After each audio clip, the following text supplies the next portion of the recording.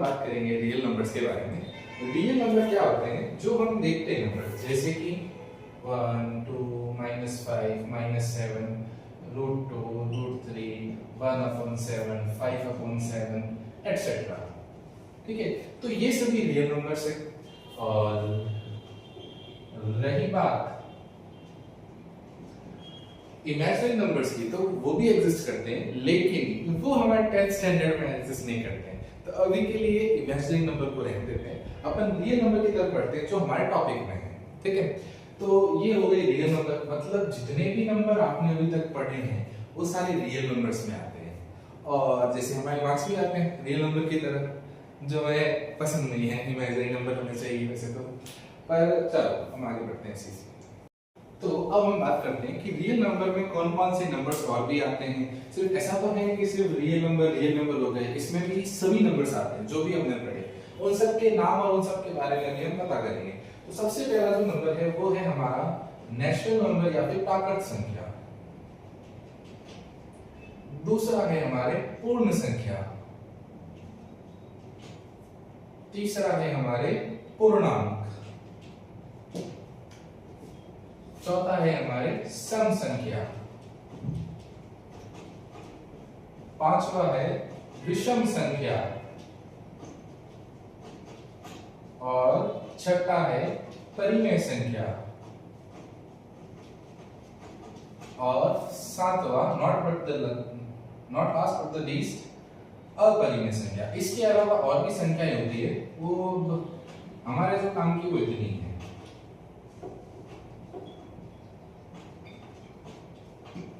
ठीक है, तो इन संख्याओं को जब आप सम्मिलित रूप से एक साथ ले लेते हो तो जो संख्याएं आपको मिलती है वो होती है रियल नंबर्स, अर्थात वास्तविक संख्याएं। अर्थात क्या? वास्तविक संख्याएं। तो अब इन सब संख्याओं के उदाहरण ले लो। प्राकृत संख्याएं 1 से शुरू होकर अनंत तक जाती है। पूर्ण संख्याएं 0 1 2 3 से अनंत तक। पूर्णांक होता है माइनस अनंत से लेके प्लस अनंत तक।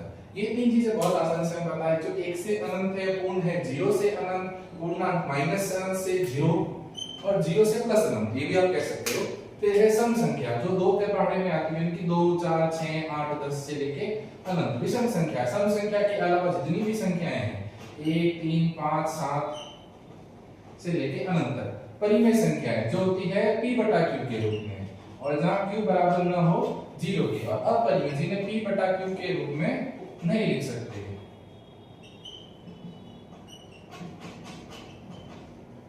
नहीं लिख सकते। अब इसके अलावा दो संख्याएं और हैं जो हमने एलसीएम और एचसीएफ में बात कर रखी है। तो जिनको उन दो संख्याओं के बारे में नहीं पता वो भी हम बता देते हैं, क्योंकि आप तो जाओगे नहीं उस वीडियो पे। तो चलो वो दो संख्याएं कौन सी है वो बता देता हूं।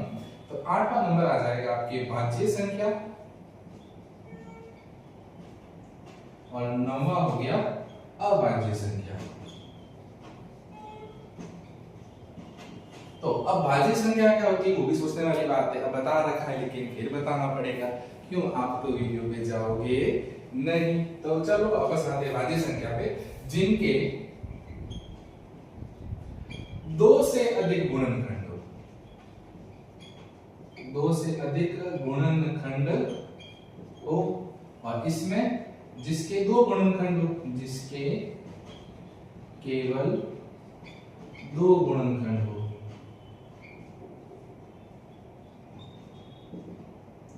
ठीक है, अभी सबके उदाहरण की बात होगी, यहाँ उदाहरण नहीं हो। तो भाज्य संख्या में आ जाएगा आपके 4 6 8 9 10 12 15 14 16 18 20 से लेके अनंत तक। अभाज्य में 2 3 5 7 11 13 17 19 23 29 31 से लेके अनंत तक।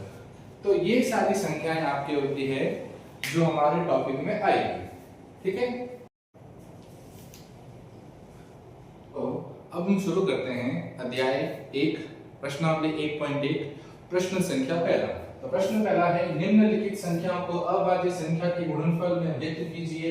या प्रश्न हो सकता है निम्नलिखित संख्याओं को अभाज्य संख्या के घातांक के गुणनफल के रूप में लिखिए।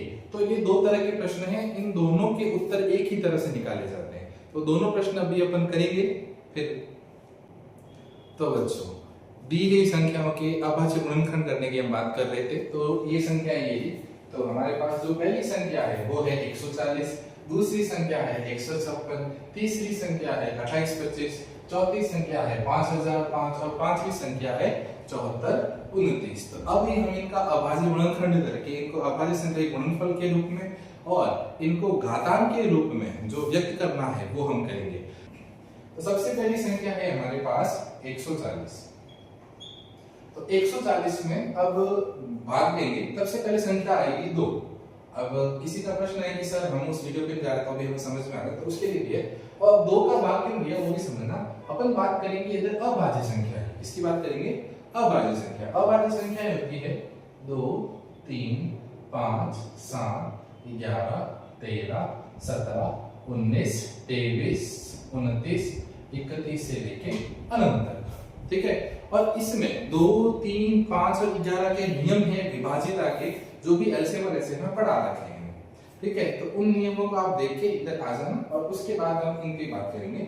और नहीं है तो आपको समझ में आ गया होगा कि अपन अभाज्य संख्या के गुणनफल या फिर अभाज्य संख्या के घातांक के गुणनफल के रूप में लिख रहे हैं और इसको बोलते भी अभाज्य गुणनखंड है। तो किस संख्या का प्रयोग करेंगे वो इसके नाम से पता चल गया। तो अभाज्य संख्या आपको पता होनी, सबसे पहले 2 भाग देंगे, कितनी बार में जाएगा 70 बार में। फिर 70 का इकाई अंक 0 है, इसलिए वापस किसका भाग देंगे 2 का भाग देंगे, तो आएगा कितना 35। 35 में इकाई अंक 5 हो गया। अब अंकों का योग करो, अब अंकों का योग क्यों करना है वो भी समझ लो। तो यहाँ पे आपके पास 3 नियम है 2 का, जिसका इकाई अंक 0 2 4 6 फिर 8 हो तो वो 2 से विभाज्य होता है। और जिसमें अंकों का योग करने पर, जैसे यहाँ कितने अंक है 2 अंक है 3 और 5, इनका योग करो कितना हो गया 8। और योग करने पे यदि 3 का भाग आ जाए, इसका भाग आ जाए 3 का, तो उसमें किसका भाग जाएगा 3 का भाग पूरा पूरा जाता है। फिर है 5 का, तो 5 के विभाज्यता का नियम ये कहता है कि यदि किसी संख्या का इकाई अंक 0 या 5 हो तो उसमें किसका भाग जाएगा 5 का, ठीक है। तो इसी प्रकार से सारे नियम है।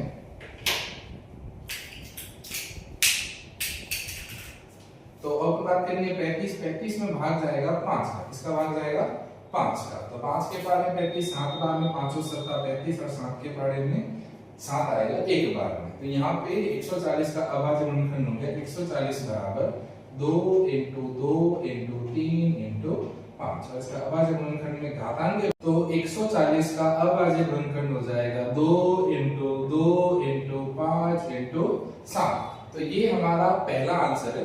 दूसरा आंसर है निम्नलिखित संख्याओं को अभाज्य संख्या के घातांक, तो इसको घातांक रूप में लिखेंगे तो 2 की घात 2 × 5 × 7, ठीक है।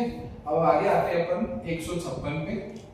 ये 156 अब वही है, नियम पता होना चाहिए। सबसे पहले 2 का इकाई अंक क्या है 6, तो 2 का भाग दे देंगे, 2 का भाग 2 2 7 14, 1 बचा 2 8 16। वापस से इकाई अंक कितना हो गया 8 है, तो किसका भाग जाएगा 2 का, 2 3 6 6 7 में से 6 गए, 1 के पास 8 18 2 9 18 39। क्या इकाई का अंक अब 0 2 4 6 8 है नहीं है, तो 2 का नहीं होगा। 2 के पास हमारी किसकी आएगी 3 की। तो 3 का नियम अपन देखते हैं। 3 का नियम अंकों का योग 9 और 3 12 12 3 के पारे में आ रहा तो 3 का भाग जा रहा।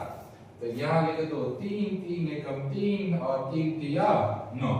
तो 3 के बाद 13, देखो 13 एक अभाज्य संख्या है, तो अभाज्य संख्या 13 का सीधा भाग दे दो, 13 एकम 13 13 156 बराबर 2 × 2 × 3 × 13। तो ये हो गया 2 की घात 2 × 3 × 13। तो ये इसका अभाज्य गुणनखंड रूप और ये इसका हो गया घातांकीय रूप। चलो अब आगे बढ़ते हैं 38 25 की तरफ। तो 38 25 2 का नियम तो इसमें नहीं लग रहा। क्यों नहीं लग रहा? क्योंकि इसका इकाई अंक 0 2 4 6 8 नहीं है। 2 के बाद किसकी बारी आएगी 3 की। 3 में क्या कहता अंकों का योग कर दो, तो अंकों का योग करो 3 + 8 11 11 + 2 13 13 + 5 18 18 3 के पारे में आ रहा, तो इसमें 3 का भाग जा रहा है। तो यहाँ लिखेंगे 3 3 एकम 3 फिर 8 से 3 दूनी 6, 8 में से 6 गए, पीछे बचे 2, 2 के पास 2 तो हो गए 22।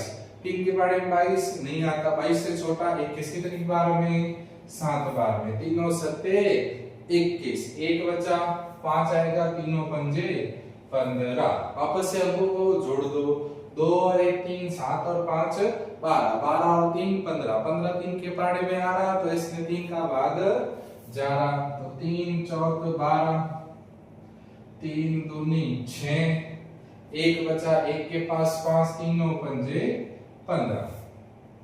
वापस जोड़ो, 4 और 2 6, 6 और 5 11, 11 3 के बारे में नहीं आ रहा तो 3 का भाग नहीं जा रहा।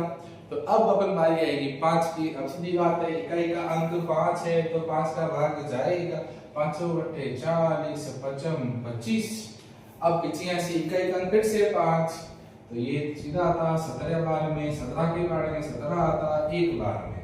तो यहाँ पे 38 से 25 का अभाज्य गुणनखंड हो गया 3 × 3 × 5 × 5 × 17 और इसका घातांक है 3 की घात 2 × 5 की घात 2 × 17।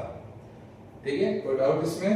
चलो आगे बढ़ते नहीं है तो फिर है आपके पास 5005, 2 का नियम नहीं लग रहा, 3 का नियम नहीं लग रहा, क्यों लग रहा? 5 और 5 10, 10 3 के बारे में नहीं आता तो 3 का भाग नहीं जाता। चलो 5 पे 5 एकम 5, 5 एकम 5। 5 के बाद किसकी बारी आ रही? 7 की बारी आ रही, तो 7 का भाग पहले एक बार देखे, देखो जरूरी नहीं है 7 तो नियम नहीं है ना, तो अपन 7 का भाग देकर देखेंगे। तो 7 एकम 7 गया, 10 में से 7 गए 3, 3 के पास 0 30, 7 चौक 28, 2 2 के पास 1, बिल्कुल 7 का भाग जा रहा, तो 7 एकम 7, 7 3 बचे, 7 चौक 28 और 7 तिया 21। फिर आपस 7 का भाग देके देख लो, 7 दूनी 14, फिर 3 बच रहा नहीं जाएगा तो 7 के बाद 11, 11 का भाग जाएगा, 11 एकम 11, घटाने पे कितने बचे? 3, 3 के पास क्या लिखेंगे? 3 तो हो गए 33, 11 तिया 33, तो ये हो गया 13 एकम 13।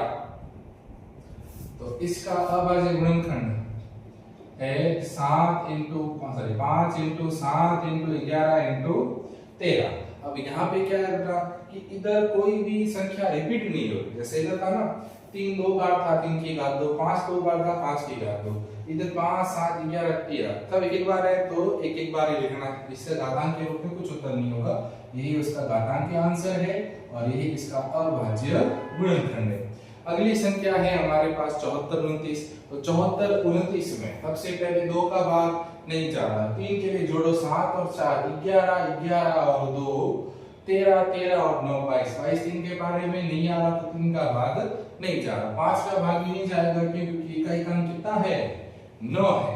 इसके बाद बात आती है 7 की, तो 7 का भाग देके देख लो, तो 7 एकम 7, फिर 0 7 से भैया फिर 7 एकम 7, 7 का भाग भी नहीं जा रहा, तो 7 के बाद बारी आएगी 11 की।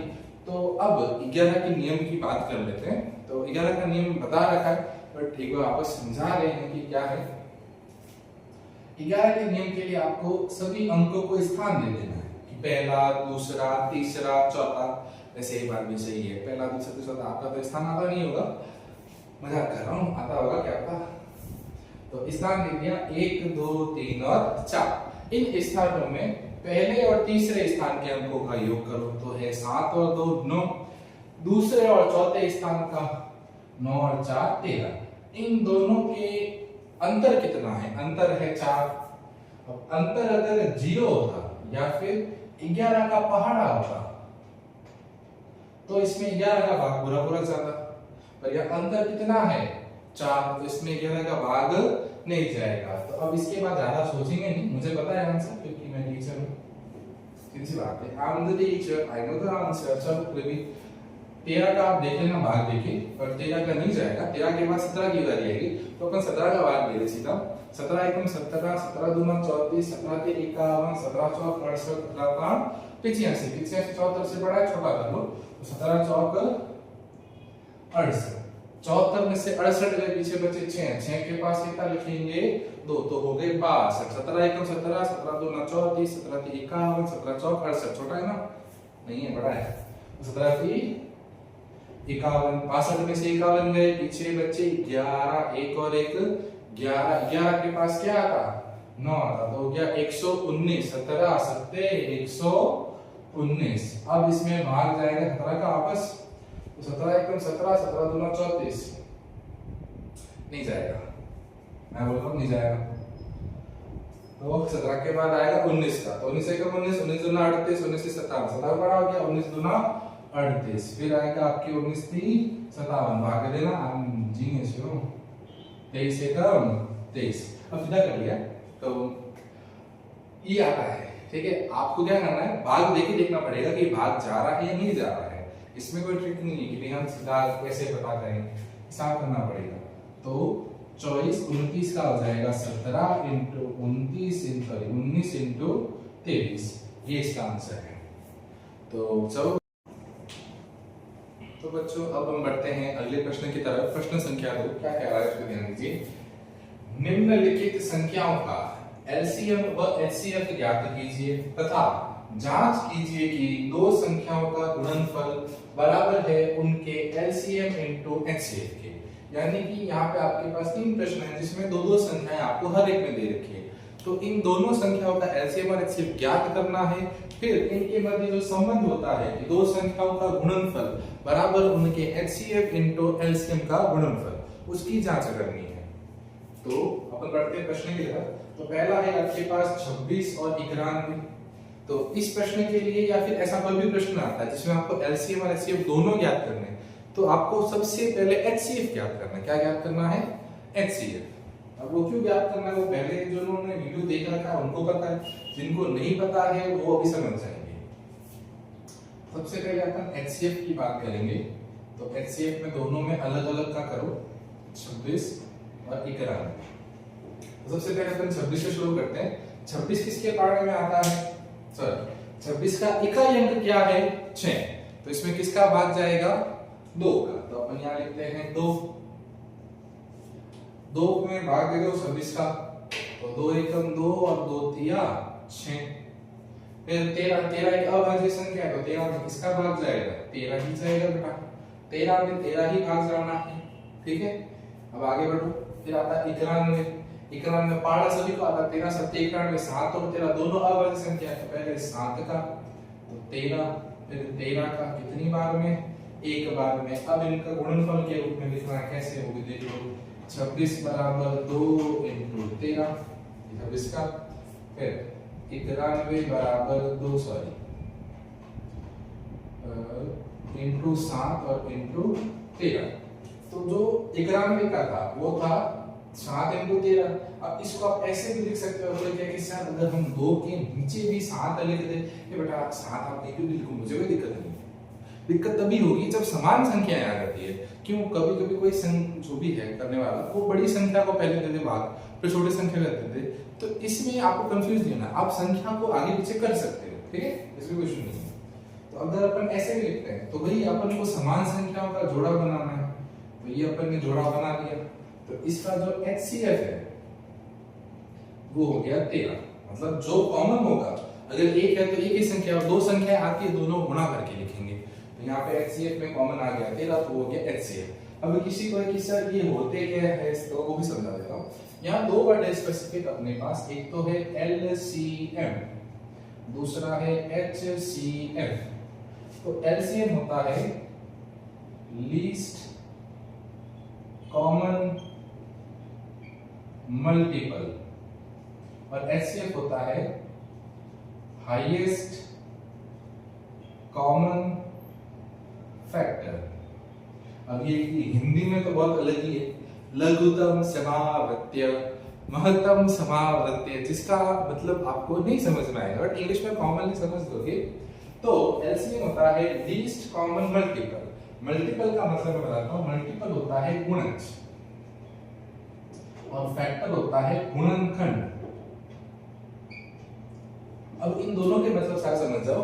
तो जब भी हम एलसीएम फाइंड करते हैं किसी भी 2 संख्याओं का, तो उसमें अपन क्या फाइंड करते हैं कि इन दोनों संख्याओं के पहाड़े में क्या चीज कॉमन आएगी, इन दोनों संख्या के पहाड़े में क्या चीज कॉमन आएगी। और जब हम बात करते हैं एचसीएफ की तो अपन देखेंगे कि ये दोनों किसके पहाड़े में आते हैं, मतलब जैसे कि अपन इसका एचसीएफ निकाला तो ये दोनों किसके पहाड़े में आते हैं, 13 के। दूसरे शब्दों में इन दोनों में कौन सी ऐसी संख्या है जिसका भाग चला जाएगा, तो इन दोनों में भाग किसका जाएगा, 13 का। ठीक है, तो अब यहाँ पे अपन बात करते हैं एलसीएम की। तो एलसीएम ज्ञात करने का तरीका आपको पूरा वापस नहीं करना है, आप सिंपल क्या करोगे, जो आपका एचसीएफ है वो ले लो इनटू यहाँ पे जितने भी नंबर बचेंगे, जैसे यहाँ पे अदर जितने भी नंबर जैसे क्या है 2 और 7, तो अपना एलसीएम हो जाएगा HCF into 2 multiply by 7, meaning HCF into 2 है तो 7, तो 13 इनटू 2 इनटू 7, 13 दूना 26, 26 सते 7 संग 42, 7 से कटे 4, 7 दूनी 14 और 4 18, 26 सते 182। ठीक है, तो ये इसका क्या आ गया एलसीएम। तो ये हो गया सी का एचसीएफ और एलसीएम। अब इसको हटा देते हैं, मतलब आपको समझ में आ गया होगा कि एलसीएम क्या होता है और एचसीएफ क्या होता है। ठीक है, तो ये बहुत कॉमनली चीज है जो आपको पता होनी चाहिए कि हिंदी में इनके मतलब जैसे मैंने कहा समझ में आसानी से नहीं आते। चलो अब बढ़ते हैं अपन दूसरे प्रश्न की तरफ, जिसमें अपन एचसीएफ निकालेंगे 510 और 92 का। ये हो गया 510 और दूसरा है 92। तो 510 और 92, एक का इकाई अंक 0, एक का क्या है 2, तो इन दोनों में किसका भाग जाएगा 2 का, तो यहाँ लिख दो 2 और इधर भी आ गया 2, भाग दे दो 2 दूनी 4, घटाया तो 1 बचा, 1 के पास 1 11, 2 पंजे 10 और 2 पंजे 10, भाग देने वाला काम है। तो ये आप जो एलसीएम एचसीएफ का वीडियो मैंने बताया है उसमें आपको पता चल जाएगा, तो वो भी आप देख लेना, उससे आप समझ जाओगे क्या हुआ है। ठीक है, फिर इधर आ जाओ, 2 चौक 8, 1 बचा, 2 छंग 12। अब इधर 2 का नहीं जा रहा, अभी भी इधर 2 का जा रहा था, पहले इधर करेंगे 2 दूनी 4 और 2 तिया 6, और 23 आपको पता है सीधा एक अभाज्य संख्या है, तो 23 एकम 23, ये हो गया इधर। अब इधर आ जाओ, अब यहाँ 2 का नहीं, 2 के बाद बारी आती है 3 की। 3 में क्या करना बेटा, 3 में जोड़ो, तो अपन जोड़ते हैं 5 और 2 7 और 5 12, 12 3 के बारे में आ रहा तो 3 का भाग जा रहा, तो तीनों सत्ते 21, पीछे बचे कितने बचे, तीनों सत्ते 21 नहीं लिखेंगे, सॉरी, तो अपन लिखेंगे तीनों अट्ठे 24, 1 बचा, तीनों पंजे 15, वापस पिछयासी 5 के पहाड़े में आता, कितनी बार में 17 बार में, 17 के पहाड़े में 17 एक बार में, हो गया। अब इनको लिख दो आप, पहला 510, 2 इंटू 3 इंटू 5 इंटू 17, दूसरा है 92 हो जाएगा 2 इंटू 2 इंटू 23। देखो मेरा तरीका तो ये है कि मैं जो कॉमन नहीं है उनको नीचे नहीं लिख रहा हूँ, ठीक है, आपका अगर मन आप लिख सकते हो, बट इस मेरी तरफ से तो मन नहीं, ये लिखो तो कोई इशू भी नहीं, और लिखोगे तो कोई इशू नहीं, और जो कॉमन है उसको डब्बे में डाल दो, तो ये आपका क्या हो गया HCF कितना आ गया, सिर्फ 2, ऐसा नहीं 2 दूनी 4 नहीं करना, ठीक है, सिर्फ 2 ही आएगा। अब हम बात करेंगे इसके LCM की, ठीक है, क्या बात करेंगे LCM की। अब अपन को इसका क्या निकालना है, LCM में से फीस पे यहाँ चलो कोई LCM निकालते हैं। तो LCM के लिए आपको लेना है HCF, ले लिया। अब HCF के अलावा जो अपन HCF सेलेक्ट किया है उसको छोड़ दो, बाकी जो HCF में नहीं है उन सबको गुणा कर दो, जैसे 3 इंटू 5 इंटू 17 इंटू 2 इंटू 23। अभी गुणा बहुत बड़ा चांस है, फिर भी अपन करेंगे 3 दूनी 6, 6 पंजे 30, 30 दूना 60, 17 छंग 17 17 17 34 17 51 17 54 17 85 87 का 102, तो 102 हो गया, तो ये हो गया 1020 इंटू 23, गुणा कर लो 0 23 दूना 46 और 23 एकम 23, तो ये हो गया आपके 23460। तो ये आपके क्या आ गया इसका LCM। चलो अगला प्रश्न, अगले प्रश्न में सबसे पहले अपन इनका क्या ज्ञात करेंगे बेटा, HCF क्या ज्ञात करेंगे, HCF। तो HCF अलग अलग करते हैं, तो अलग अलग कर लो, 336 और 54। सबसे पहले दोनों में भाग किसका जाएगा, 2 का, 2 एकम 2, 2 छंद 12, 2 अठे 16, वापस 2 का 27 दूना 54, इधर आ जाओ, 2 अठे 16, 2 चौक 8, वापस 2 से 2 2 2 चौक 8, 2 दूनी 4, वापस 2 से 2 दूनी 4, 2 एकम 2। अब नहीं जाएगा 2 का, अब इसे पता है 3 का, 3 सत्ते 21, 7 एकम 7, इधर आ जाओ 3 का, 3 नम 27, 3 तिया 9, 3 एकम 3। तो अब इनके एचसीएफ निकालते हैं, तो 336 का हो गया 2 into 2 into 2 into 2 into 3 into 7, और 54 का वो हो गया 2 इंटू 3 इंटू 3 इंटू 3। ठीक है, जैसे मैंने तुम्हें कहा था जो कॉमन नहीं है उनको मैं साथ में नहीं लिखूंगा, उनको अलग ही रखूंगा। तो अब यहाँ पे आपके पास जो कॉमन आ रहे हैं उनका जोड़ा बना लो, तो ये बना दिया। तो इनका HCF जोड़े में से निकाल दो, एक तो संख्या होगी 2 और दूसरी क्या हो जाएगी 3, तो 2 तिया 6, तो HCF कितना हो गया इसका 6। अब LCM की बारी आती है, तो LCM हो गया हमारे 6 into 2 into 2 into 2 into 7 into 3 into 3। चलो गुणा करते हैं, 2 2 8 हो गए, 8 से 48, 2 48, 7 21, 21 तिया 63। तब इनको गुणा करना है, गुणा आता है 2 2 वाला नहीं आता, चलो करते हैं। तो ये तो बहुत बड़ा गुणा होता है। चलो मेरे पास एक तरीका है, तरीका तो क्या, गुणा ऐसे ही करना, 8 तिया 24, ऐसे लगे तो 4 तिया 12 और 2 14, 6 2 48, 4 6 24 और 4 24 28 हो गई, 4 12 9 10 1 3, तो ये हो गया आपके 30 24। कितना हो गया बेटा 30 24। अब एलसीएम सिर्फ आ गया। तो अभी तक अपन ने क्या किया है, एलसीएम और एचसीएफ क्या किया। प्रश्न अभी तक पूरा नहीं हुआ है, ऐसा नहीं कि ये करने का प्रश्न छोड़ दो। प्रश्न क्या था आप ध्यान दो, निम्नलिखित संख्याओं का एलसीएम और एचसीएफ ज्ञात कीजिए, याद कर लिया। फिर जांच कीजिए संख्याओं का गुणनफल बराबर उनके एचसीएफ होगा और एचसीएफ इनटू एलसीएफ का गुणनफल। तो अपन लिखेंगे जांच, अब हर एक में जांच अलग अलग होगी, तो हर एक की जांच अपन करेंगे। लगता है जगह कम पड़ने वाली है आज, तो जगह कम पड़ रही है तो अपन ऊपर से थोड़ा हटा देंगे, उसकी चिंता जगह की चिंता क्यों कर रहे हो, मैं बैठा हूँ, जगह की चिंता करनी पड़ रही है, मुझे करनी पड़ रही है, आप तो क्या कर रहे हो।